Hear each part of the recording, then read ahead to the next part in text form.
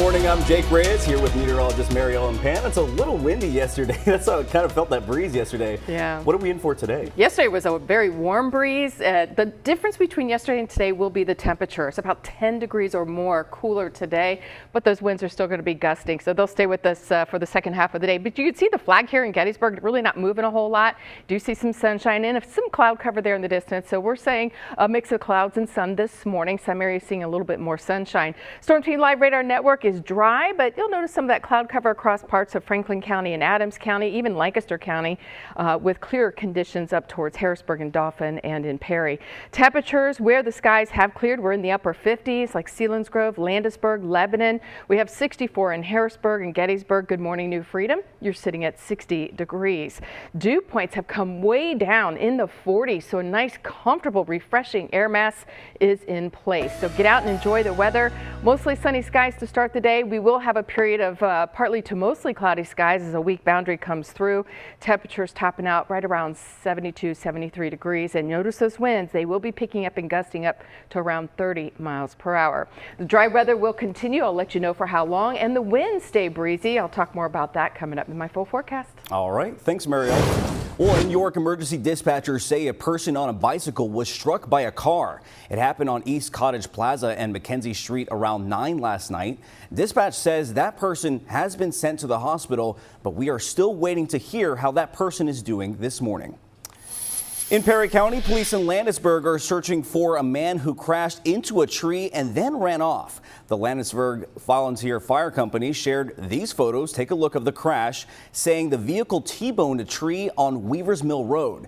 They say the driver ran towards Loysville, and state police say the driver was wearing a purple shirt and black pants. Now, anyone with information is asked to contact state police. Right now, lanes are closed on Route 30 in York County so crews can repair a sinkhole. PennDOT says restrictions will be in place until 6 tomorrow morning on the westbound lanes of Route 30 in West Manchester Township. They say the sinkhole opened up along the right shoulder just east of the off-ramp to Route 74 last November. PennDOT says work will begin tomorrow on the Route 30 bridge spanning Route 15 near Gettysburg in Adams County. The work will require long-term lane restrictions in both directions of Route 30. Now, starting tomorrow, the left lanes of Route 30 will be closed in both directions from Smith Road to Sheeler Road. These restrictions are expected to last 2 weeks, including Memorial Day weekend. And PennDOT's Real ID centers will be open tomorrow for another Real ID Day.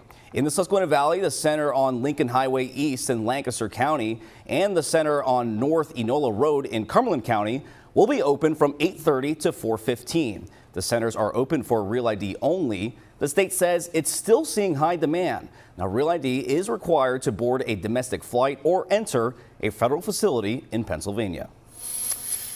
And in Lancaster County, the North Museum hosted their 10th annual Cosmic Bash last night. This year's theme is Powering the Future, a call to celebrate renewable energy resources. It's a celebration of the community's support for STEM education to continue to fund the museum's mission. The festivities for the night included live music, auctions, and science exhibits. It's just dynamic to see, over 300 people here in support of the same things that we value, in support of our mission, and really we are focused on filling a community need, and it's great to see the community come out and support that. And the museum says the community raised over $200,000. Police departments in Lebanon County teamed up with the community for their 3rd annual Cram a Cruiser food drive. Organizers say yesterday's event brought in nearly 2,000 food items and hygiene products, and Lebanon City Police, county detectives, and state police were all there. The event helps support local food banks and the nearly 14,000 people in Lebanon County impacted by food insecurity.